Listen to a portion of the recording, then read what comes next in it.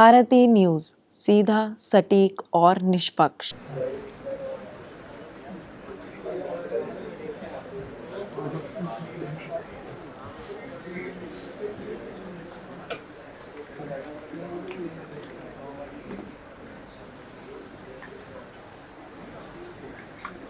We start our day with the same shloka. I think you remember that. Yes or no? No. प्राग्देवस्य Lakshmi प्रभृति सरस्वती करमूले गोविंदम प्रभाते प्रदर्शनम.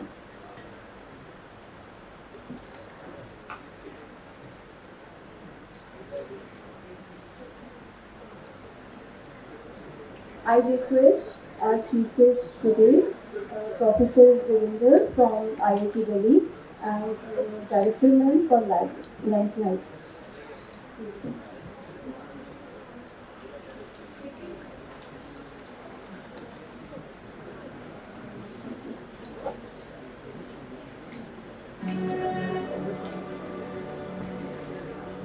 गणनायकाय गणदेवताय गणाध्यक्षाय धीमहि गुणशरीराय गुणमण्डिताय गुणेशानाय धीमहि गुणातीताय गुणाधीशाय गुणप्रविष्टाय धीमहि एकदन्ताय वक्रतुण्डाय गौरीतनयाय धीमहि गजेशानाय भालचन्द्राय श्रीगणेशाय धीमहि एकदन्ताय वक्रतुण्डाय गौरीतनयाय धीमहि गजेशानाय भालचन्द्राय श्रीगणेशाय धीमहि.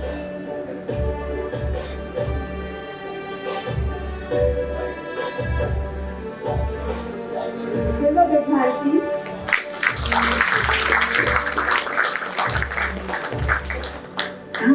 चतुराय गानप्राणाय गानान्तरात्मने गानोत्सुकाय गानमत्ताय गानोत्सुकमनसे गुरुपूजिताय गुरुदेवताय गुरुकुलस्थायने गुरुविक्रमाय गुह्यप्रवराय गुरुवे गुणगुरवे गुरुदीप्तिदलच्छिद्रा गुरुधर्म सदाराध्याय गुरुपुत्र परित्रात्रे गुरुपाखण्ड खण्डकाय गीत साराय गीत तत्वाय.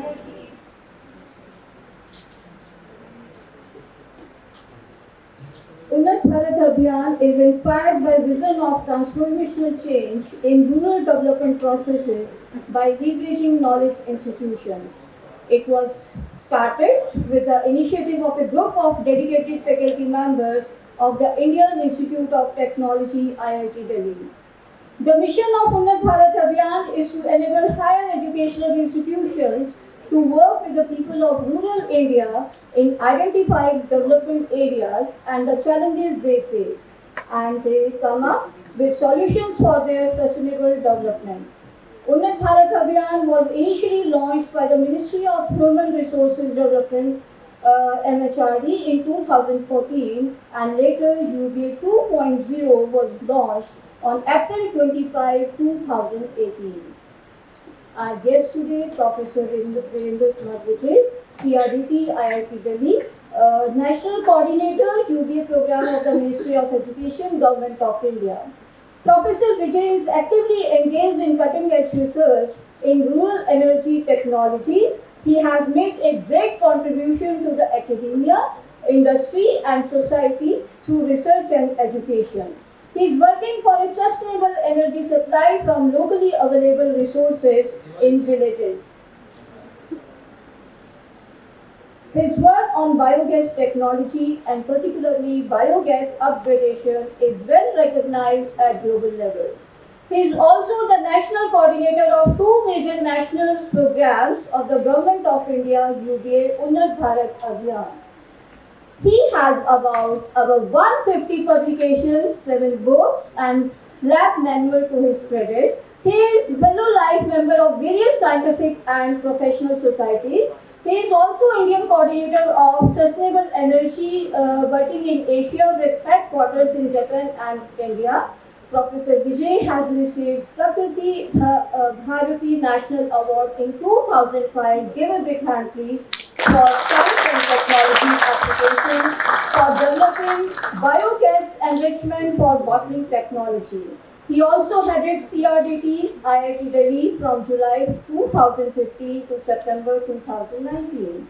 And about his 40 area of interest like animal power, biogas production, bioenergy systems, sustainable rural industrialization, and many more. I welcome you, sir, for sparing your valuable time coming here. Uh, Now I would like to request our director ma'am to felicitate our guest today, Dr. Viren, Professor Viren.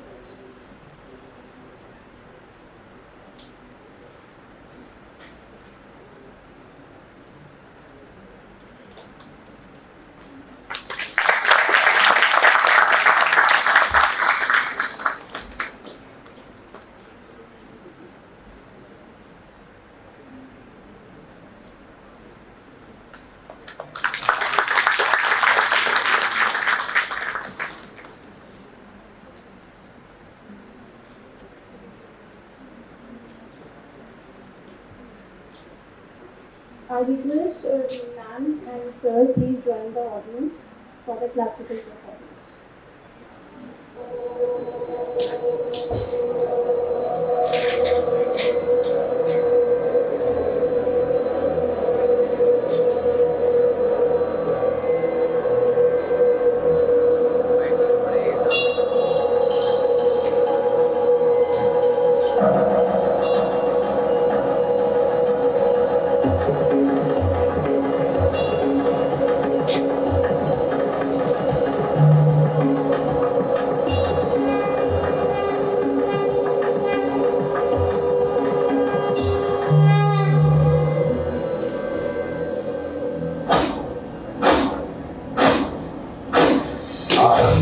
प्रचंड बोल मस्तकों के झुंड आज जंग की घड़ी की तुम हार दो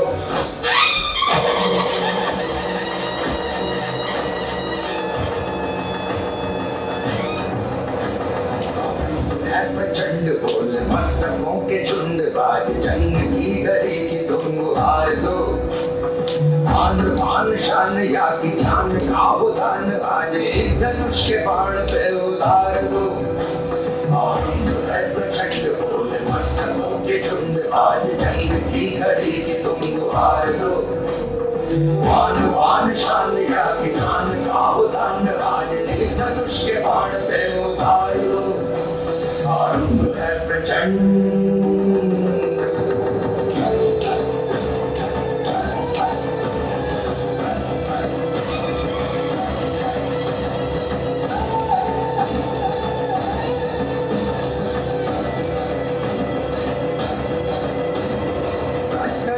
प्राण दे जो मन करे सो प्राण ले वही तो एक सर्वशक्तिमान है मन करे सो प्राण दे जो मन करे सो प्राण ले वही तो एक सर्वशक्तिमान है विश्व की पुकार है ये भागवत का सार है कि युद्ध ही तो वीर का प्रमाण है और वो की भीड़ हो या पांडवों का हीड़ हो जो लड़ सका है वो ही तो महान है जीत की हवस नहीं किसी पे कोई वश नहीं क्या जिंदगी है ठोकरों पे मार दो मौत अंत है नहीं तो मौत से भी क्यों डरे ये जाके आसमान में दहाड़ दो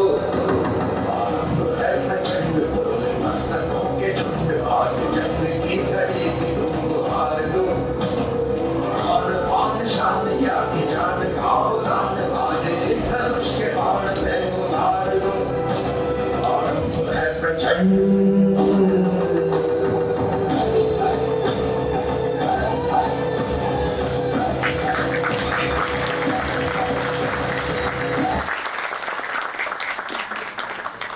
Akshita, she is our BBA second year student.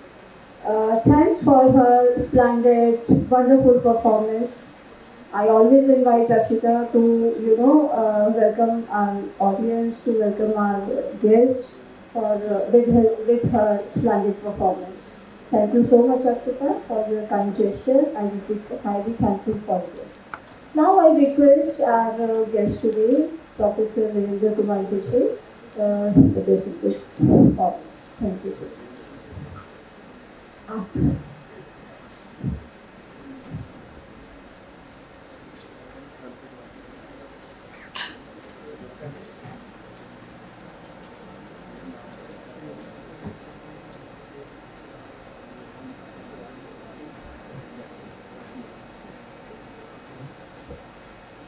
Namaskar.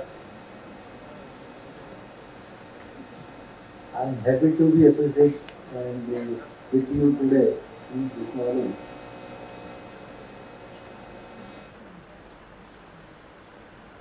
I was discussing with your director, Professor Yamini, that how management can support India development, and particularly towards rural areas, our society and overall Indian development.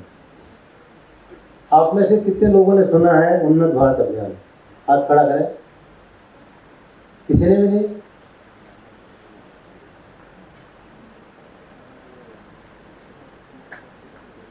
चलिए, अगर नहीं सुना कोई बात नहीं। उन्नत भारत अभियान का मतलब क्या है? What is the meaning of this particularly 3 words, उन्नत भारत अभियान? कोई बताएगा? इस शब्द का मतलब क्या है? यस, हाँ बताइए बताइए। Progress, yes. और कोई?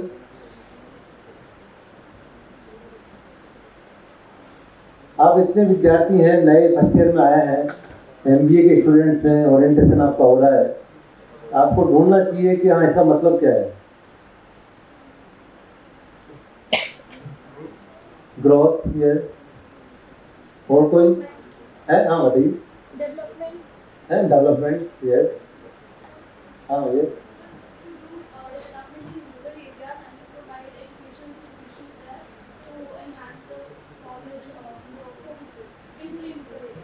हाँ हाँ, वेरी गुड। बट ये उन्नत भारत अभियान का मतलब नहीं है। आप जो बता रही है प्रोग्राम के बारे में बता रही है।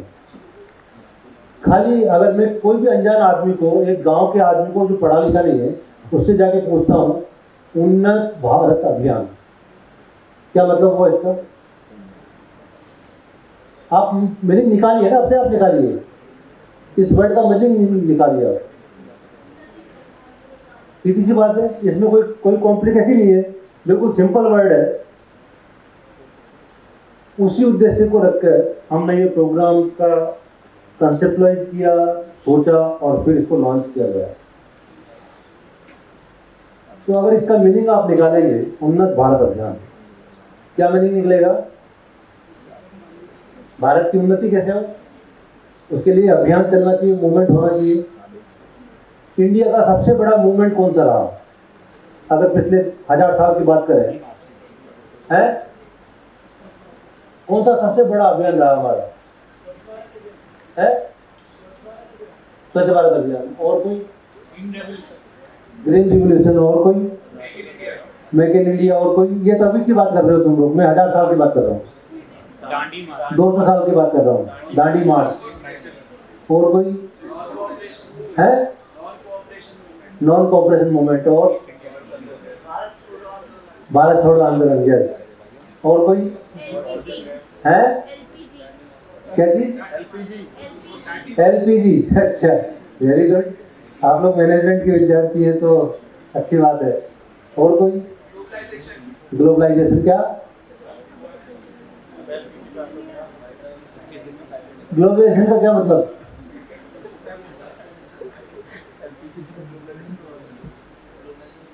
पिछले, मैंने कहा 1000 साल छोड़ दीजिए, पिछले 100 साल की बात कर लीजिए। पिछले 100 साल में भारत में सबसे बड़ा मूवमेंट किसे हम कह सकते हैं? गांधी जी ने जो आंदोलन चलाया, कौन सा, भारत छोड़ो, और स्वतंत्रता अभियान, भारत को आज़ादी कैसे मिले, कॉलोनियल रूल से भारत को आज़ादी कैसे मिले, 1921 से लेके 1947 तक, उससे बड़ा कोई अभियान नहीं रहा इस देश की मूवमेंट में कि जिसमें हर आदमी, हर परिवार इस चीज से जुड़ा कि भारत को अंग्रेजों से मुक्ति कैसे मिले। अब हम तो अभियान का मतलब मूवमेंट, अभियान का मतलब हमारे साथ जुड़ा हुआ चीज, और किस चीज के साथ हम जुड़ाव रखते हैं, ये भारत को उन्नत बनाने के लिए। तो भारत को उन्नत कोई एक चीज से या दो चीज से या 5 चीज से नहीं हो सकता हो। अगर देश को वास्तव में उन्नत बनना है, और इसको अगर आप इंग्लिश में ट्रांसलेट करेंगे तो कोई प्रॉपर वर्ड इंग्लिश में होता नहीं है इसका। डेवलपमेंट, प्रोग्रेस, कई सारे वर्ड्स आए अभी जो आपने कहे हैं, मगर वो कोई होता नहीं है। इसका सही मीनिंग हिंदी में जो है, अंग्रेजी में उसका कोई ढंग से मीनिंग भी नहीं है। The perspective which I am talking about, उन्नत, उन्नत का मतलब, उन्नत का मतलब क्या? हर आदमी का अपना परसेप्शन हो सकता है, पॉलिटिशियन का, गरीब आदमी का, अमीर आदमी का, नेता का, साधु का, गांव के आदमी का, शहर का आदमी का, सबके लिए अपना अलग वर्ड पर्सपेक्टिव हो सकता है उन्नत के लिए। नहीं, एक करोड़पति है उसके लिए वो उन्नत होने का मायना अलग है, एक गरीब आदमी के लिए उन्नत होने का मायना अलग है, एक आम आदमी के लिए उन्नत होने का मायना है मेरे को एक कार मिल जाएगी, वो लगता है कि हाँ फुलफिलमेंट हो गया मेरा। किसी को लगता है कि मिडिल क्लास फैमिली को मेरे को एक मकान मिल गया दिल्ली में, उसको लगता है कि हाँ मेरा काम हो गया। एक अरबपति को लगेगा कि हाँ मेरे को बड़ा बिजनेस बहुत चल पड़ा है, मेरे को आज $100 बिलियन का एक अवार्ड मिल गया, कॉन्ट्रैक्ट उसको मिल सकता है। अदानी को पूछोगे तो नहीं, उसको ग्लोबल लेवल पे मेरे को $100 बिलियन का कोई काम मिलेगा, तो फिर उसके लिए उन्नत की बात होगी। तो इसलिए इस उन्नत भारत अभियान हमने बड़े सोच समझ के, चलो थोड़ा सा मैं बैकग्राउंड बता देता हूँ। मैं IIT दिल्ली में एक हमारे यहाँ पे सेंटर है, centre for rural development and technology, और उसमें कई सालों से पढ़ाता हूँ, रिसर्च करता हूँ और काम करता हूँ। तो हम लोग को एक ये दिल में टीस जो इस तरह के IIT में प्रोफेसर थे कि IIT के बच्चे ज़्यादातर अमेरिका चले जाते हैं, यूरोप चले जाते हैं, इंडस्ट्रीज में चले जाते हैं, देश के लिए काम नहीं कर रहे, या बहुत ज़्यादा कंट्रीब्यूशन हमारे गांव के लिए, समाज के लिए वो करनी है। तो लगा कि हमको कुछ 2014 में जब सरकार आई मोदी जी की, तो हमको लगा कि ये थोड़ा रूरल फ्रेंडली है, गांव से लगाव रखती है, तो हमको कुछ प्लान करना चाहिए। तो हमने 1 सितंबर 2014 में एक वर्कशॉप एनिवर्सरी की कि देश भर में पिछले 75 साल में, 100 साल में बहुत टेक्नोलॉजी डेवलपमेंट की है, IITs ने, NITs ने, DST ने, ICR ने, CSIR ने, पर वो जब गांव तक पहुंचती है तो ढंग से चलती नहीं है, या काम नहीं करती हैं, या वो अफेक्टिव नहीं है। तो गांव के ज़्यादातर लोग गांव में रहना नहीं चाहते, सब शहर में आना चाहते हैं, क्योंकि वहाँ रोजगार नहीं है, वहाँ पे टेक्नोलॉजी नहीं है, वहाँ पे फैसिलिटीज़ नहीं है, वहाँ पे एम्यूनिटीज़ नहीं है। तो हमने सोचा कि एक ऐसा डेलीब्रेशन करें, हम जो टेक्नोलॉजी डेवलप करने वाले हैं उनको बुलाएं, जो टेक्नोलॉजी यूज़ करने वाले हैं उनको बुलाएं। डेवलप करने वाले में कौन थे? IIT के प्रोफेसर थे, DST के साइंटिस्ट थे, CSIR के साइंटिस्ट थे, बार्क के साइंटिस्ट थे, ISRO के साइंटिस्ट थे, ICR के साइंटिस्ट थे, तो उनको हमने बुलाया। गांव में जो NGOs हैं जो काम कर रहे हैं, गांव में जो सरपंच हैं, जो प्रधान हैं, जो गांव के डेवलपमेंट के लिए काम करते हैं, गवर्नमेंट एजेंसीज के जो लोग हैं उनको हमने बुलाया। तो 250 लोग जो टेक्नोलॉजी डेवलपर्स थे, 250 लोग जो टेक्नोलॉजी यूजर्स थे, उन सबको हमने 3 दिन का डेलीब्रेशन, एक नेशनल वर्कशॉप रखा IIT दिल्ली में। उसका नाम हमने, वर्कशॉप का नाम दिया उन्नत भारत अभियान वर्कशॉप, राष्ट्रीय कार्यशाला उन्नत भारत अभियान। सितंबर 12, 13, 14 2014। तो जब हमने टेक्नोलॉजी डेवलपर्स को बुलाया, मैनेजमेंट वाले प्रोफेसर्स को बुलाया, तो टेक्नोलॉजी यूजर्स को बुलाया, एनजीओ को बुलाया, तो सोचा कि क्यों नहीं पॉलिसी मेकर्स को बुलाया जाए, ताकि ये जो डेलिब्रेशन हो इनको भी पता लगे कि हमको किस तरह की पॉलिसीज बनानी चाहिए, किस तरह काम करना चाहिए। तो फिर हमने जो उस टाइम 4 कैबिनेट मिनिस्टर्स को बुलाया, जो हमारी एजुकेशन मिनिस्ट्री थी MHRD की स्मृति ईरानी जी थी, एग्रीकल्चर के थे राधा मोहन सिंह जी थे, साइंस और टेक्नोलॉजी वो जितेंद्र सिंह जी के पास थे, तो रूरल डेवलपमेंट का चार्ज गडकरी जी को मिला हुआ था। तो इन चारों को भी हमने बुलाया उस 3 दिन के प्रोग्राम में IIT दिल्ली में। तो उद्घाटन में क्योंकि IIT में प्रोग्राम था, हमारी मिनिस्ट्री MHRD थी, तो स्मृति ईरानी जी को तो पहले ही सबसे पहले बुलाना, उनको इनॉग्रेट करने के लिए बुलाया। तो उन्होंने कहा कि ये वो पहले आ गई थी प्रोग्राम में, अपने टाइम से पहले आई और डिस्कस किया कि ये प्रोग्राम क्या है, क्या लोग चाहते हो आप लोग। हमने सोचा कि हम ये चाहते हैं कि हमारा एजुकेशन सिस्टम है वो गांव के लिए, सोसाइटी के लिए काम करना चाहिए। हमारे IIT के बच्चे सब लोग अमेरिका से, फिर अभी तो नहीं जा रहे, पर पहले चले जाते थे, इंडिया के लिए बहुत कम लोग काम करते थे। तो इस सिस्टम को ठीक होना चाहिए, क्योंकि हमारा कॉलोनियल माइंड सेट बनाता है, हमारी क्रिएटिविटी को ख़त्म करता है जो प्रेजेंट एकेडमिक सिस्टम है। तो उन्होंने कहा ये तो बहुत अच्छा प्रोग्राम है, ये प्रोग्राम खाली IIT दिल्ली कैसे करेगा देश भर में, तुम्हारी क्या रेस्पॉन्सिबिलिटी, तुम्हारी आउटरीच तो कुछ है नहीं, तुमको कैसे कर पाओगे। मैंने कहा ये तो आपको सोचना पड़ेगा, आप मिनिस्टर हैं एजुकेशन की देश की। बोला हाँ मैं इसको नेशनल प्रोग्राम बनाऊँगी। तो उन्होंने इनॉग्रल प्रोग्राम में ही अनाउंस किया उस दिन हमारे 3 दिन की कार्यशाला में उन्नत भारत अभियान की, कि मैं इसको राष्ट्रीय कार्यक्रम बनाऊंगी और देश के हर एकेडमिक कॉलेज को ये काम करना चाहिए। प्रोग्राम के अनाउंसमेंट के बाद वो अपने मिनिस्ट्री के सेक्रेटरी को बोला कि आप लोग IIT जाइए, वो जो ग्रुप काम कर रहा है उनके साथ डिस्कस करिए, एक कंसेप्ट नोट बनाइए और इसको हम राष्ट्रीय कार्यक्रम बनाएंगे। और उन्होंने इसको राष्ट्रीय कार्यक्रम बनाया। 21 नवंबर 2014 को राष्ट्रपति भवन से हमारे राष्ट्रपति जी प्रणब मुखर्जी ने इसको ऑफिशियली लॉन्च किया, राष्ट्रीय कार्यक्रम उन्नत भारत अभियान। पूरे देश भर में हर कॉलेज अपने आसपास के 5 गांव को लेगा, अपने स्टूडेंट्स के माध्यम से, अपने फैकल्टी मेंबर्स के माध्यम से उनके डेवलपमेंट के लिए काम करेंगे। जब गांव के बच्चे कॉलेज के बच्चे जब आसपास के गांव में जाते हैं तो किसानों से, वो आर्टिजन से, लोगों से, ट्रेडिशनल विजडम और रखने वालों से बात करते हैं, तो उनको समझ में आती है कि जो किताबें पढ़ रहे हैं, एग्ज़ाम दे रहे हैं, डिग्री मिल रही है, उसका बहुत ज़्यादा फ़ायदा गांव वालों को मिलता नहीं है, ना उनको खुद को मिल रहा है। किताब पढ़ ली, एग्ज़ाम दे लिया, पास हो गए, डिग्री मिल गई। स्किल डेवलपमेंट बहुत कम हो रहा है। इसको जब वो जाते हैं, ग्राम सभा में बैठते हैं, किसान से बात करते हैं कि ज़मीन, पानी, हवा, पर्यावरण, कितना पानी कब काटना है, कब बोना है, कब ट्रांसपोर्ट करना है, कैसे उस अनाज को स्टोर करना है। आर्टिजन चाहे वो कुम्हार हो तो कुम्हार कौन सी मिट्टी चाहिए, कितना टेम्परेचर पे उसको पकाना है, कब पानी ठंडा रहेगा। जो चमार है वो जूती बनाने वाला है तो उससे बात करता है, लुहार है उससे बात करता है। तो उनको समझ में आता है कि मटेरियल्स की जो इनको नॉलेज है, जो एनवायरनमेंट की जो इनको समझ है, वो हमारे PhD होल्डर्स को, एग्रीकल्चर में PhD वाले को नहीं है समझ।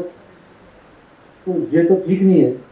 तो इस तरह से एकेडमिक प्रोग्राम कैसे एनरिच हों, कैसे इंक्लूसिव बने, इसकी शुरुआत हमने इस कार्यक्रम के माध्यम से की है। तो मुझे बताते हुए बड़ी खुशी हो रही है कि ये प्रोग्राम IIT दिल्ली से शुरू हुआ था और आज बढ़ते बढ़ते पूरे देश भर में, क्योंकि भारत IIT से शुरू हुआ तो फिर मिनिस्ट्री ने कहा कि हमने लॉन्च तो ऑफिशियली कर दिया है, पर इसको आप लोग ही कोऑर्डिनेट करिए, आपकी रेस्पॉन्सिबिलिटी हम इसको देते हैं। तो IIT दिल्ली को उन्होंने नेशनल कोऑर्डिनेटिंग इंस्टीट्यूट बनाया और धीरे धीरे ये कार्यक्रम आगे बढ़ा। इसके बारे में थोड़ा सा मैं बताता हूँ आपको। Transforming higher education villages for self reliance India, इस प्रोग्राम का जो मोटिव है कि कैसे हमारे गांव, हमारा समाज, हमारी सोसाइटी, हमारे गरीब सक्षम बने, साक्षर बने, स्वस्थ बने, आत्मनिर्भर बने। और 3 इन्फ्लुएंसेस हमारे स्टूडेंट्स और फैकल्टी मेंबर्स गांव में जो सोसाइटी के लिए कर सकते हैं। अब दिल्ली में जैसे अगर आप लोग काम करना चाहें, आप लोगों को तो गांव मिलेगा नहीं, अगले दिल्ली के आसपास में 50 किलोमीटर तक नहीं मिलेगा, तो आप आसपास में जो स्लम है वहाँ पे लोगों के साथ काम कर सकते हैं, आपके आसपास के एरिया में काम कर सकते हैं। जो लोग विषम परिस्थितियों में रह रहे हैं उनके साथ हम मिलकर काम कर सकते हैं। तो टेक्नोलॉजिकल इंटरवेंशन आप प्लान कर सकते हैं। सोशल इंटरवेंशन जो एकेडमिक जो BA BCom BSc social science के कॉलेजेज हैं वो सोशल इंटरवेंशन कर सकते हैं। मैनेजमेंट इंस्टीट्यूशन वाले मैनेजमेंट इंटरवेंशन कर सकते हैं कि किस तरह के छोटे छोटे मैनेजमेंट से गांव वालों को फ़ायदा मिल सकता है, सोसाइटी को फ़ायदा मिल सकता है। एक छोटा सा एग्जांपल देता हूँ मैं। कोविड के दौरान महाराष्ट्र के राजा रामभाऊ कॉलेज के विद्यार्थियों ने अपने कुछ मैनेजमेंट के स्टूडेंट्स भी थे, इंजीनियरिंग के स्टूडेंट्स भी थे, तो इंजीनियरिंग के स्टूडेंट्स ने पूरे गांव की drainage line, road network, electricity network design किया। जो मैनेजमेंट के स्टूडेंट्स थे उन्होंने किस तरह से वहाँ के जो एग्रीकल्चर प्रोड्यूस थे, फ्रूट वेजिटेबल्स दूसरे सामान, उनको आसपास के डिस्ट्रिक्ट में कैसे अच्छे दामों में बिक सकते हैं वो, उसके लिए मोबाइल ऐप बनाया, उनके लोगों से कांटेक्ट किया जो रिटेलर्स थे, ट्रेडर्स थे, होलसेलर्स थे, और उनका ग्रुप बना दिया। और उनके ग्रुप से गांव वालों को अगले 2 साल में इतना फ़ायदा होने लगा कि सारे उन 5 गांव वालों की इनकम डबल से ज़्यादा हो गई पिछले 5-6 साल के इंटरवेंशन से हमारे स्टूडेंट्स की। तो डिस्ट्रिक्ट कलेक्टर ने उन कॉलेज को 5 लाख रुपए डोनेट किया, इस एप्रिशिएट किया कि आपके बच्चों ने हमारे लिए इतना अच्छा काम किया है। तो इस तरह से हम नेक्स्ट स्लाइड प्लीज।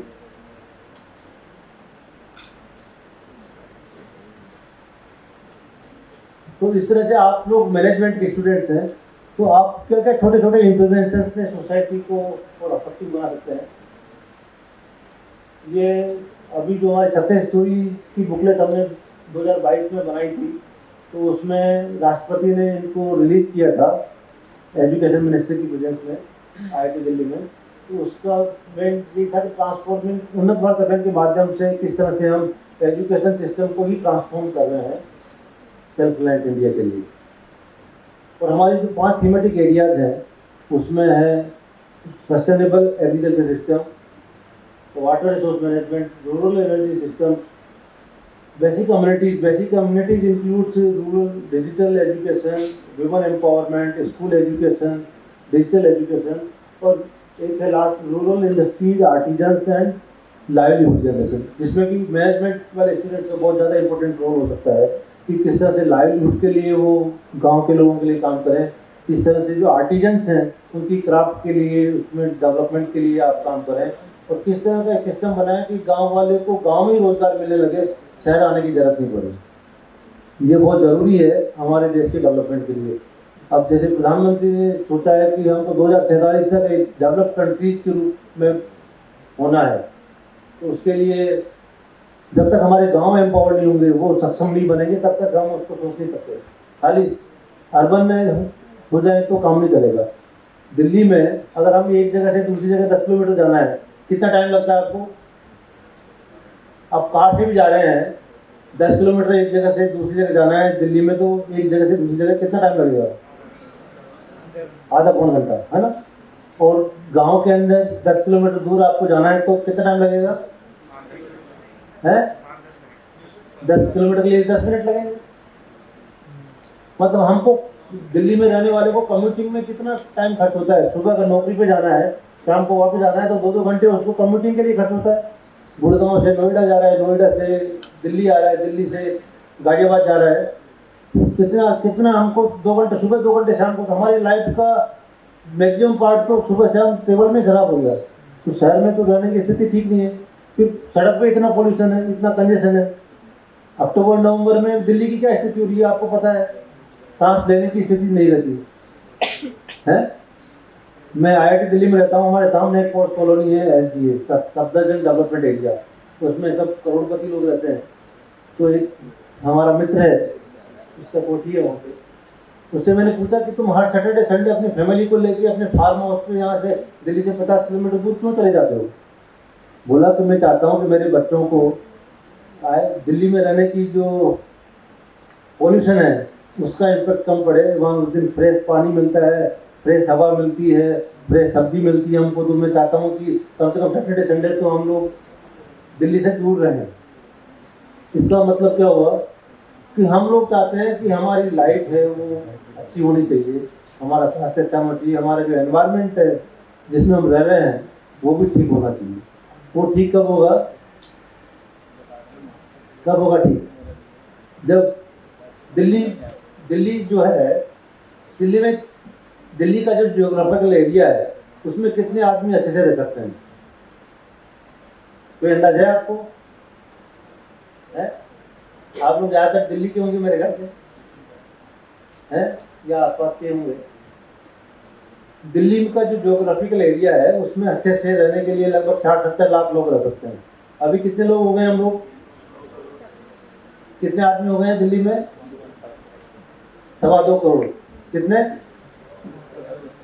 जहाँ पे 70 लाख लोगों के रहने की सुविधा हो सकती है, वहाँ पे अगर 2.25 करोड़ आदमी हो जाएंगे तो क्या होगा? हर रिसोर्स की मारामारी रहेगी, चाहे वो हॉस्पिटल हो, चाहे वो मार्केट हो, चाहे वो एंटरटेनमेंट फैसिलिटी हो, चाहे वो रोड हो, चाहे कुछ भी फैसिलिटी हो। इसका मतलब ये है कि शहर में रहना बहुत अच्छी बात नहीं है। गांव के लोगों को गांव में ही वो सब मिल जाए जो शहर में मिलता है, तो कोई गांव से छोड़ के शहर नहीं आना चाहेगा। कोविड में उन्होंने देखा, मैडम जब हम बात ही कर रहे थे कि कोविड में क्या हुआ, सारे जो दिल्ली, बॉम्बे, हैदराबाद, बेंगलोर के लोग सब ने अपना काम तो था नहीं, काम में जा नहीं सकते थे, शहर छोड़ के सब लोग जिसको जो साधन मिला, चाहे बैलगाड़ी मिली, चाहे साइकिल मिली, चाहे रिक्शा मिला, चाहे कार मिला, चाहे ट्रक मिला, अपने अपने गांव पहुंच गए। क्योंकि उनको पता था कि शहर में कोई पूछने वाला नहीं है, कोई ध्यान करने वाला नहीं है, कोई रिश्वत देने वाला नहीं है। उनके पास पैसा रोज का कमाते हैं, रोज खाते हैं, रोज लाते हैं सामान, तो उनके पास सुविधा नहीं थी कोई। तो उनके गाँव में तो हम लोग सर्वाइव कर जाएंगे, शहर में सर्वाइव नहीं कर पाएंगे। तो सब ज़्यादातर लोग गाँव, शहर छोड़ के गाँव पहुँच गए। तो हमको सोचना पड़ेगा कि किस तरह का डेवलपमेंट 21वीं सेंचुरी में दुनिया का होना चाहिए, जिसमें कि सभी लोग खुशी रहें, सुख रहें। अब खाली जीडीपी से काम चलने वाला नहीं है। आप देखिए हैप्पीनेस इंडेक्स भी एक चीज़ है?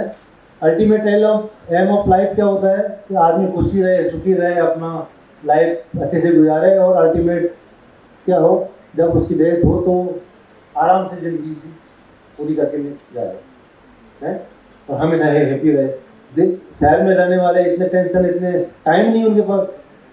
किसी भी आदमी से पूछो, किसी भी लेवल के, चाहे प्रधानमंत्री से लेकर नीचे चपरासी के लेवल तक, सबकी शिकायत रहती है कि टाइम नहीं है सर मेरे पास। मैं अपने स्टूडेंट से पूछता हूँ, सर बहुत बिजी हूँ, मैं टाइम नहीं है। मैं प्रोफेसर से पूछता हूँ, सर बहुत बिजी चल रहा हूँ, आज तो टाइम नहीं है। और किसी से पूछता हूँ, बहुत बिजी हूँ, टाइम नहीं है। गांव में जाके पूछते हैं, गांव वालों से जब इंटरेक्ट करते हैं तो पता लगता है कि आराम से सुबह काम किया खेत में, दिन भर बैठे हैं, ताश खेल रहे हैं, गप लगा रहे हैं, शाम को रोज चौपाल हो रही है, उनके पास टाइम ही टाइम है। तो हमको डेवलपमेंट के परस्पेक्टिव में सोचना पड़ेगा। ये तो चलिए, उन्नत भारत अभियान का जो विजन है, Unnat Bharat Abhiyan is inspired by the vision of transformational change in rural development processes by leveraging knowledge institutions to help build the architecture of an inclusive India with the experiential learning in students and teachers of higher educational institutions। मतलब हमारे जो colleges में, higher educational institutions में पढ़ने वाले बच्चे हैं, जो हमारे पढ़ाने वाले टीचर्स हैं, उनके एक्सपीरियंशियल लर्निंग के लिए ये बहुत अच्छा प्लेटफॉर्म है। जैसे हम एनएसएस में कुछ सोशल एक्टिविटी करते हैं, एनसीसी में कुछ एक्टिविटी करते हैं, तो अभी मिनिस्ट्री से बात हुई हमारी, तो शायद हो सकता है कि जल्दी ही एनसीसी, एनएसएस सब लोग उन्नत भारत अभियान में मर्ज हो जाए, तो एक वाइडर प्लेटफॉर्म बन जाएगा और सब लोग सोशल सर्विस के लिए और एक्टिविटीज़ के लिए, इसमें परमानेंट डेवलपमेंट का बात करते हैं, एनसीसी में शॉर्ट टर्म एक्टिविटी रहती है, तो एनएसएस में तो डेलीब्रेशन चल रहे हैं, देखते हैं क्या रहता है आगे जाके। मगर हमारा जो काम है वो है reorientation of academic system, knowledge intervention, चाहे वो मैनेजमेंट की हो, चाहे सोशल हो, चाहे टेक्नोलॉजिकल हो, हमारे सोसाइटी के भले के लिए, और कन्वर्जेंस ऑफ डिफरेंट प्रोग्राम्स, चाहे वो किसी भी मिनिस्ट्री का हो, अगर रूरल डेवलपमेंट मिनिस्ट्री हो, चाहे वाटर कंसर्टी हो, चाहे हाउसिंग हो, चाहे स्वच्छ भारत मिशन हो, सबके साथ कन्वर्जेंस, डिस्ट्रिक्ट एडमिनिस्ट्रेशन के साथ कन्वर्जेंस के साथ अगर हमारे स्टूडेंट काम करेंगे तो उसका इम्पैक्ट बहुत अच्छा हो सकता है देश को विकसित राष्ट्र बनाने के लिए। नेक्स्ट। तो आप देखिए कि मैं बता रहा था कि कभी हम लोग ये खाली अकेले IIT दिल्ली में थे, आज पूरे देश भर में हर डिस्ट्रिक्ट में उन्नत भारत अभियान की कोई ना कोई पार्टिसिपेटिंग इंस्टीट्यूट होती है। 45 हमारे रीजनल कोऑर्डिनेटिंग इंस्टीट्यूट के RCIs हैं। जैसे जो बड़े स्टेट्स हैं उसमें 2, 3, 4 तक है, जो छोटे स्टेट्स हैं उसमें एक मिनिमम कम से कम है।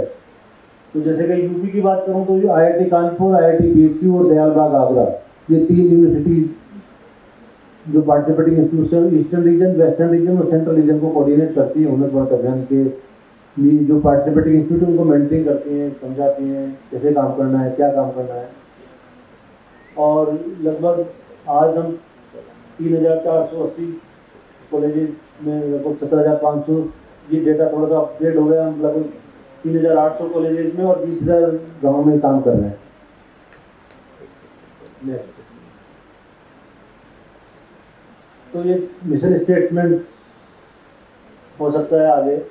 Development of mechanism for coordination among education institutions, implementing agency and grassroot stakeholders, holistic and sustainable development of villages clusters through utilization of local resources and utilize technological interventions leading to livelihood generation, reorientation of academic curricula and research programs in alignment with the local needs। तो लोगों की क्या जरूरत है, society क्या जरूरत है, तो नेशनल एजुकेशन पॉलिसी 2020 बना, तो उसमें उन्नत भारत अभियान का बहुत कंट्रीब्यूशन रहा कि community engagement and social responsibility, ये कोर्स पूरे देश भर में UGC ने सारी यूनिवर्सिटीज को लिखा है कि वो चलाएं। इसमें मूव प्रोग्राम्स भी चल रहे हैं और इसमें स्टूडेंट जब गांव में जाता है, लोगों से बात करता है, तो उसको समझ में आती है कई चीज़ें जो टेक्स्ट बुक में नहीं होती, जो हमारे यूनिवर्सिटी और कॉलेजेस में समझ में नहीं आती, क्लासरूम्स में समझ में नहीं आती। तो ये जो एक्सपीरियंशियल लर्निंग है उसको प्रमोशन मिलता है और यही सही एजुकेशन का मतलब है। उन्नत भारत अभियान के माध्यम से हम किस तरह आगे बढ़ें, इस पर हम लोग काम कर रहे हैं। नेक्स्ट। तो जैसे कोई भी कॉलेज कैसे हमारा पार्ट बनता है, तो हमारी वो एक ये पोर्टल है उन्नत भारत अभियान का, उन्नत भारत अभियान.gov.in। इसमें आप जाके कोई भी कॉलेज, अभी देश भर में कितने कॉलेजेस हैं कोई बताएगा मेरे को, कितने कॉलेजेस होंगे हमारे प्लेस में? अंदाजन बताइए कोई भी एस्टिमेट। 1 करोड़ कॉलेज है, बताइए है कितना कितना 5,000। और कोई आप वाइल्ड गेस करिए कितने कॉलेजेस होंगे देश भर में? है कितना? 40,000, कुछ करीब है ये।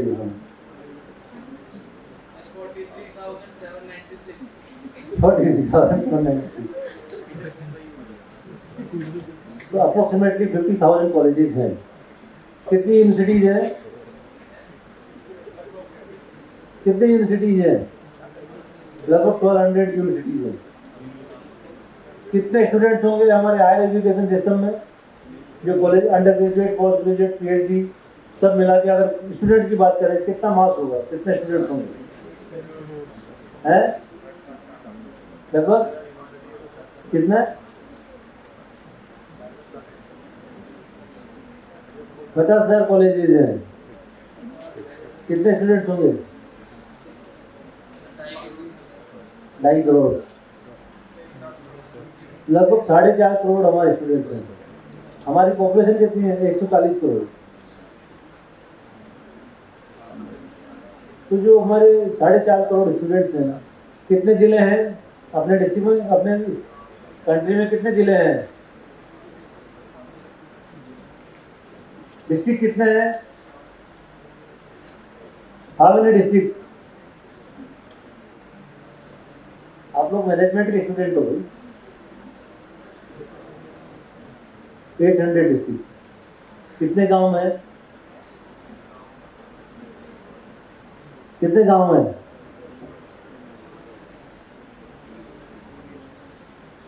7 lakhs villages, कितने? 7 लाख गांव, 800 जिले, शहर कितने हैं?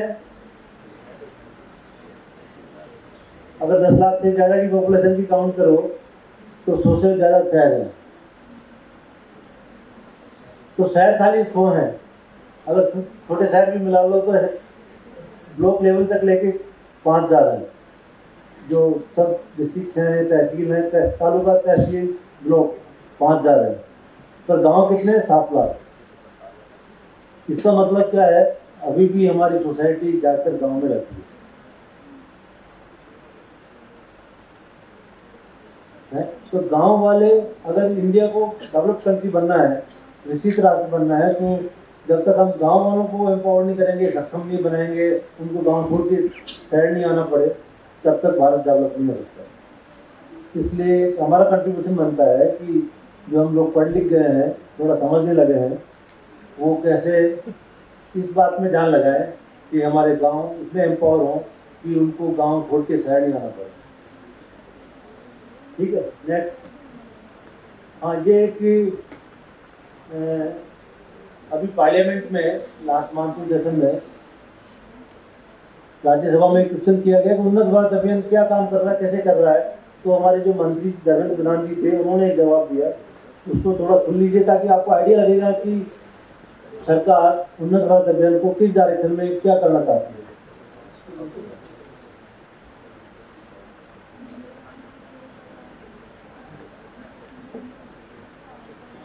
उन्नत भारत अभियान के बारे में प्रश्न पूछ के बहुत सराहनीय काम किया है। उन्नत भारत अभियान माननीय प्रधानमंत्री नरेंद्र मोदी जी की विकसित भारत की ओर जाने के लिए भारत की नई पीढ़ी को, विशेष करके उच्च शिक्षण संस्थान में पढ़ने वाले विद्यार्थियों के मन में समाज के प्रति समर्पण भाव लगाना, लोक समस्या के बारे में अवगत कराना, संवेदनशीलता खड़ा करने की अनोखा प्रयास है। आज उस कार्यक्रम के माध्यम से देश की 3,480 हायर एजुकेशन इंस्टीट्यूशंस उससे जुड़े हुए हैं। IIT दिल्ली उसकी सेंट्रल कोऑर्डिनेटर है। ये प्रारंभिक अवस्था में गांव की साथ जुड़ाव रखता है, लेकिन इसकी व्यापक दायरे में भारत की लोक समस्या, भारत की जन आकांक्षा और भारत को विकसित करने की जो एम है, उसी में हम काम करते हैं। और सदस्य जी को मैं आश्वस्त करता हूँ, ये उन्नत भारत अभियान UBA, ये आने वाले दिनों में भारत की सभी इलाका का लोक समस्या के प्रति उच्च शिक्षण संस्थानों को संवेदनशीलता मिलेगी। तो आपको जानकारी हो जाएगी कि भारत सरकार की क्या मंशा है। अगर कोई भी स्टेटमेंट पार्लियामेंट में दिया जाता है तो वो एक हमारे लिए, किसी भी मिनिस्ट्री के लिए गाइडलाइंस है कि पार्लियामेंट में अगर कोई बात कही गई है तो उसको पालन करना ही होगा उस मंत्रालय को। तो हमारे मंत्री जी ने कहा है कि जन आकांक्षाएं, लोक समस्याएं और भारत को विकसित करने के लिए हमारे जो विद्यार्थी, हमारे जो कॉलेजेस, हमारे जो टीचर्स हैं, वो सब मिलके उन्नत भारत अभियान में काम करेंगे। और इसीलिए एक नेक्स्ट प्लीज, प्रधानमंत्री जी ने जो आपको मैसेज दिया उसमें उन्होंने एक टेक लाइन लिखी हिंदी में। आप देखिए, आत्मा गांव की, सुविधा शहर की। उन्नत भारत अभियान को कैसे काम करना है? आत्मा गांव की, सुविधा शहर की। इसका मतलब क्या हुआ? इसका मतलब क्या हुआ? आप में से कोई बताइए।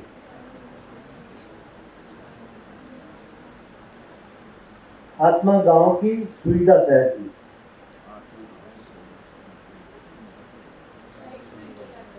है? बताइए बताइए, आपके मन में जो सोच है बताइए। आत्मा गांव की, सुविधा शहर की। गांव को सेंटर में रखते हुए और शहर की सुविधाओं को प्राप्त करते हुए उनकी गति। गांव की आत्मा का क्या मतलब हुआ? सेंटर में रहने की और गांव को है जो हमारी गांव की जो कल्चर है। अब देखिए, शहर में अगर मैं रह रहा हूँ, मैं एक मल्टी स्टोरी फ्लैट उसमें रहता हूँ बिल्डिंग में, मेरे नेक्स्ट डोर जो मेरा फ्लैट है उससे मेरा कोई इंटरेक्शन नहीं होता। वो अपने हिसाब से काम करते हैं, मैं अपने हिसाब से काम करता हूँ। वो भी घर में आते हैं, अपना दरवाज़ा बंद कर लेते हैं, मैं भी घर में आता हूँ, दरवाज़ा बंद कर लेता हूँ। तो हम जो शहर की जो कल्चर है, जो आत्मा है शहर की, वो इतना सोशल नहीं है। सब अपने अपने में काम कर रहे हैं, सब अपने में बिजी हैं। गांव की आत्मा क्या है, अगर कोई किसी घर में, छोटे गांव में कोई बीमार पड़ता है तो सारे गांव के लोग उससे जाके पूछते हैं, भाई आज तेरी तबीयत कैसी है, क्या हुआ, क्या दिक्कत है, कोई काम जरूरत हो तो बताइए। अगर रोड पे कोई टू व्हीलर चल रहा है और एक कार की चक्कर लगा गई, बच्चे वो जो टू व्हीलर वाला वो गिर गया, सारी कारें, सारे व्हीकल निकल जाएंगे, कोई भी उसको उठा के हॉस्पिटल पहुंचाने के लिए जनरली अवेलेबल नहीं होता। ये सोशल कल्चर है हमारे अर्बन एरियाज की। गांव की आत्मा कैसी है कि यार किसी को कोई दिक्कत होती है, हेल्प करने के लिए 20 आदमी आ जाते हैं। तो ये जो डिफरेंस है, तो उन्होंने इसीलिए उसको हाईलाइट किया, आत्मा गांव की और सुविधा शहर की। सुविधा सारी जो फैसिलिटीज़ हैं, चाहे वो एंटरटेनमेंट हो, चाहे मेडिकल हो, चाहे एजुकेशन फैसिलिटी हो या डिजिटल फैसिलिटी हो, हर चीज़, रोड ट्रांसपोर्ट फैसिलिटी हो, एयरपोर्ट, वो सारी चीज़ शहर में मिलती है। तो इन शहर की सुविधाओं को गांव तक पहुंचाओ, मगर उसकी आत्मा के साथ पहुंचाओ। मतलब उसमें वो सोशल कल्चर रहनी चाहिए जो गांव की अपनी क्वालिटी है, यूएसपी है। तो मतलब गांव का जो डेवलपमेंट हो वो इस तरह का हो कि वो शहर की तरह जो डेवलपमेंट हो गया है, फिजिकल डेवलपमेंट हो गया, उससे आदमी के साथ में, ह्यूमन इंटरेक्शन के साथ में जो डेवलपमेंट है वो हो। तो ये पिछले 2014 से लेके आज 2024 तक हम लोग जो माइलस्टोन हमने तय किए हैं वो है नेक्स्ट एक जो national cooperative union of India है, जो कि कोऑपरेटिव के साथ काम करती है, तो उसके साथ भी उन्नत भारत अभियान का एक एमओयू हुआ है। और आज लगभग 10 लाख कोऑपरेटिव है पूरे देश भर में। तो इन 10 लाख कोऑपरेटिव को कैसे हम एम्पावर करें ताकि लाइवलीहुड जनरेशन, टेक्नोलॉजी डेवलपमेंट और उनको सपोर्ट मिले हमारे कॉलेजेस के माध्यम से, इस पर काम कर रहे हैं।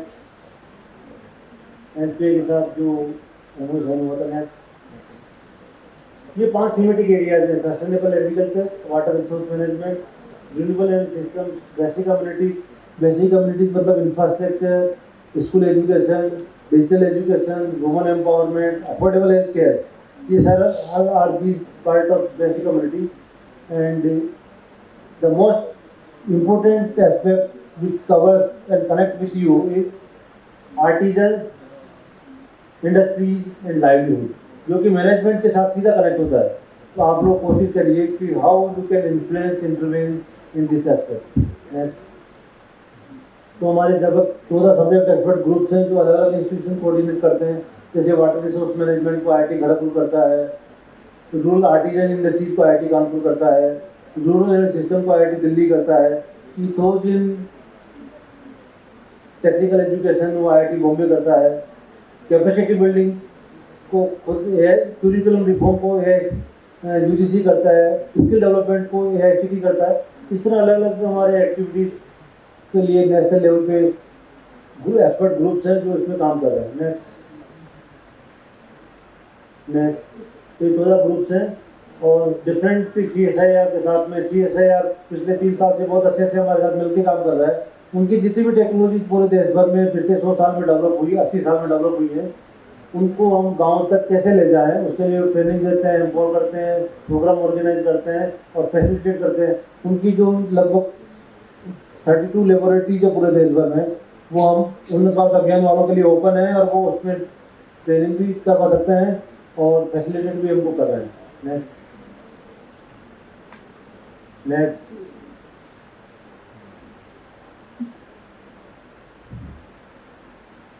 तो ये CSIR technology for rural livelihood building आत्मनिर्भरता विद साइंस टेक्नोलॉजी की हमने उन्नत भारत अभियान ने और CSIR ने मिलकर एक बुकलेट बनाई कि कौन कौन सी टेक्नोलॉजी जो है वो गांव को बेनिफिट दे सकती है और गांव वालों को रोजगार मिल सकता है। उसमें गाँव को शहर आने की जरूरत नहीं पड़ सकती।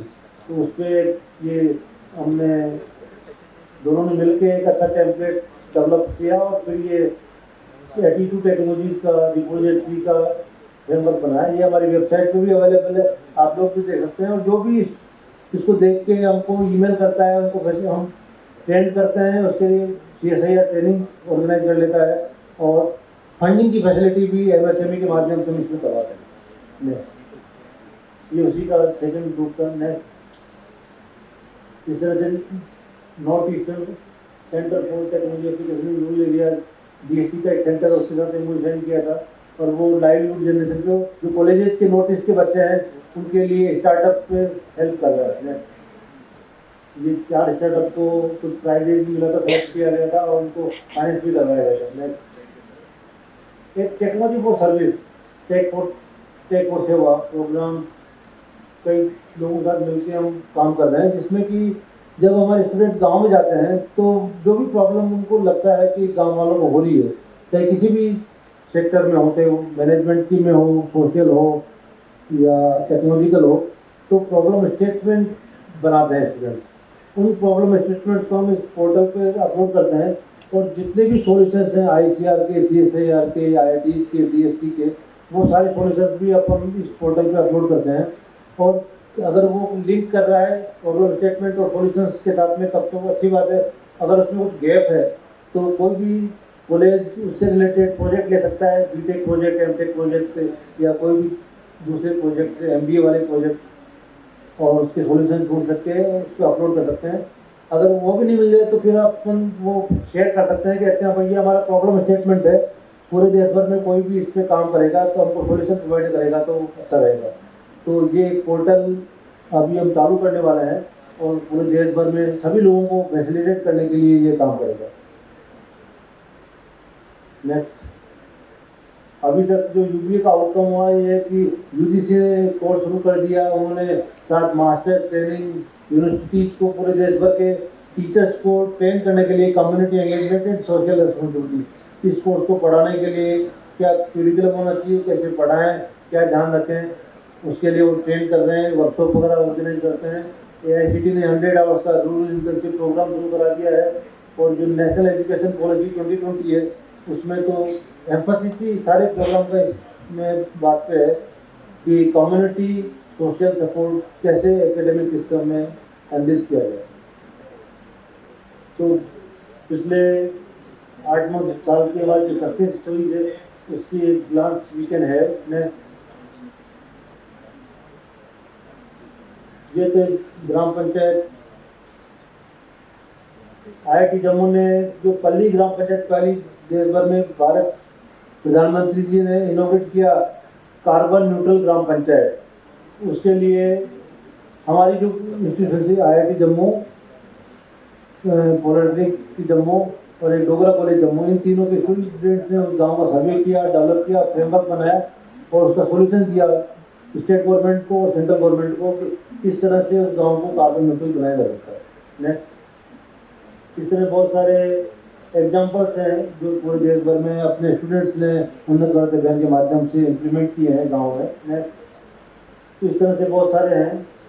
Next next next next next next next next, ये जो हमारी सक्सेस स्टोरी बुकलेट राष्ट्रपति ने रिलीज की थी, ये सारी स्टोरी द्वारा मैं इसका कवर पेज है। तो अब आने वाले समय में हमारे सरकार ने कहा है कि अगले 10 साल में उन्नत भारत अभियान ये कोशिश करे कि देश का हर गांव किसी न किसी कॉलेज के साथ कनेक्ट हो जाए, ताकि उसमें पढ़ने वाले स्टूडेंट्स, उसमें पढ़ाने वाले टीचर्स गांव में जाएं, लोगों से इंटरेक्ट करें, ट्रेडिशनल विजडम जो लोगों में उसको समझें, और जो देश को एक डेवलप कंट्री बनाने की प्रयास है सरकार का, उसको हम प्राप्त कर सकें।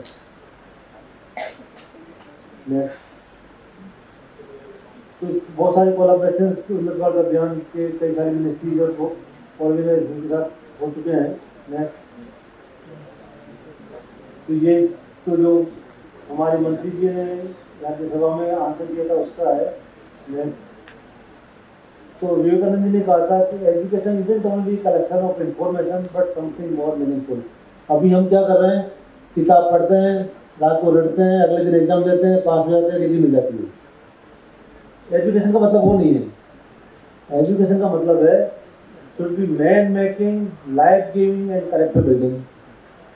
तो ये जो विवेकानंद का सपना था इस देश को डेवलप करने के लिए, उसको हम मूर्त रूप में उतार सकते हैं इस कार्यक्रम के माध्यम से। बहुत बहुत धन्यवाद।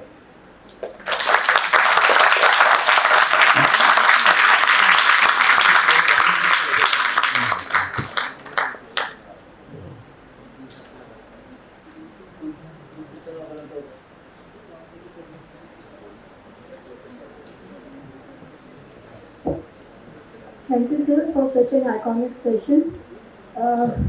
Yes, I believe that my students would be able to join social club for this session and would be able to, go for UBA activities under this umbrella. And UBA stands for Unnat Bharat Abhiyan. And I expect from my audience that they should try to interact with the, our guest today, Professor Virender from IIT Delhi. You should try to raise your queries and try to understand this Abhiyan. Right? My request. Any question you want to discuss with her? No questions. सबको move करिए. Very bad. Thank you, sir, for such a wonderful session and for coming here. May I request our director ma'am? Okay, huge applause for sir.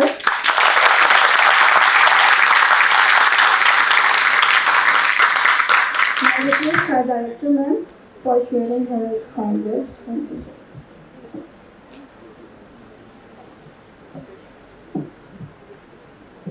Respected Professor Virender Kumar Vijay, Dr. Seema Chaudhary, faculty members and my dear students.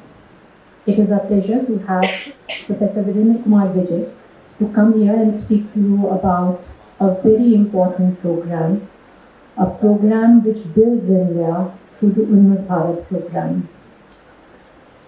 70% of our people live in villages, and when I say that, the India that we talk about, or the Bharat that we talk about, lives in villages.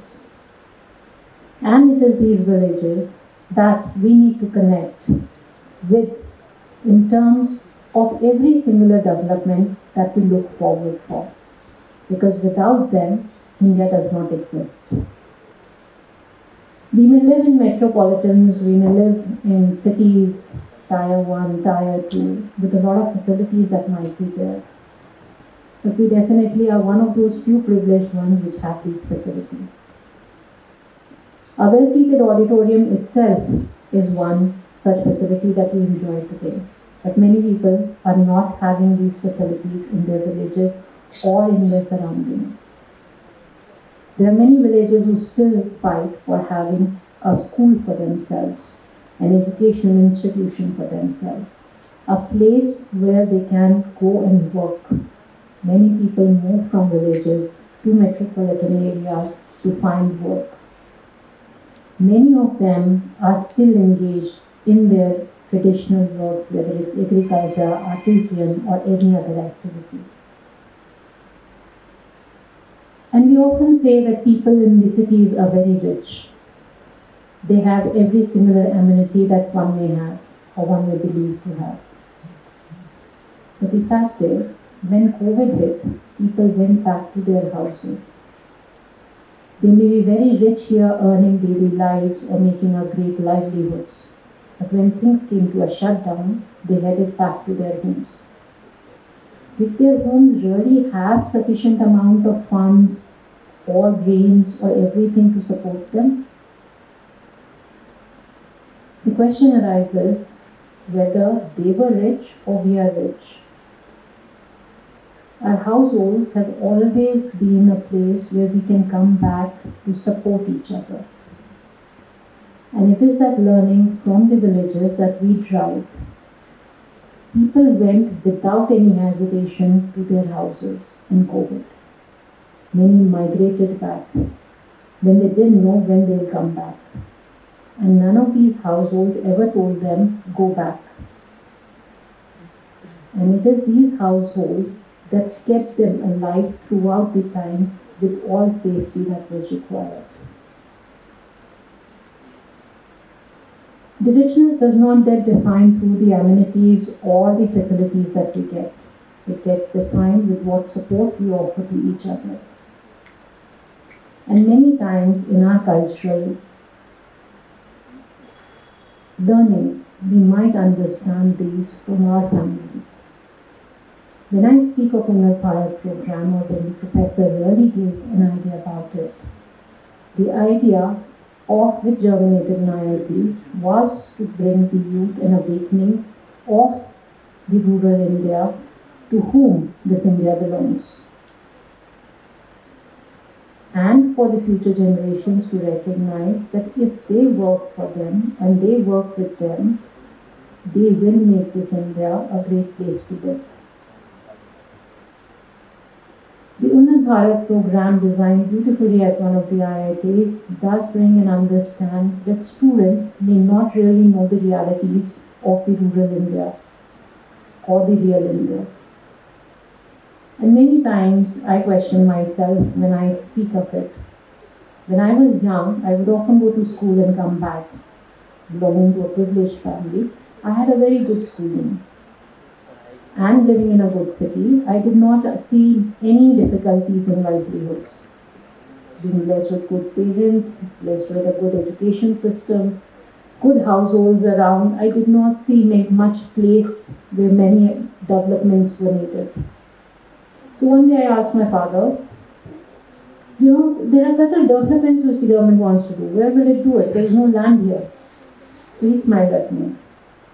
And he took me out in the car and went all around to Haryana, Punjab, and every place. And he showed me the kind of land they had. And he also showed me the kind of development that was there in the house, the particular growth that we were seeing through the agriculture that they were building up here. Though standing on their own households with their own traditional systems, they may not be able to give you the same productivity or the efficiency that they have. But these traditional systems had their way of living lives, which is worth understanding and learning from. Also, when it meets the youth, which is by nature revolutionary, thought-provoking, and questioning, it brings about a new change there. And that is what the professor was really speaking to you about. When you go there, you see them, you understand them, you learn, unlearn, and make them also learn. So there is an exchange of ideas, exchange of culture, exchange of thoughts. You will question why there are no toilets, why are they going in the open spaces? Now open defecation is not there, so there are toilets. You might even question why is the rainwater being harvested or the way it is being harvested. You will see a lot of places where they will put their grains and they'll hide it in a mud, or they'll use cow dungs on their houses. You'll also question as to how do they live at times when there is no light, or how is one entire village living with a few lights around. And that's questioning, or that thought of your mind to bring about a change in whatever you do tomorrow is the awakening that Unnat Bharat plans to bring. Plans to bring you to keep them in your mind. Whether you work in a merchandise place, or whether you work as a scientist, or whether you work as an accounts person, whether you work as a finance person or an IS officer, or anybody that you want to be. You will have that experience at the back of your mind. And maybe with your work in somewhere on in your lives, whether consciously or unconsciously, you will bring that change that will affect them.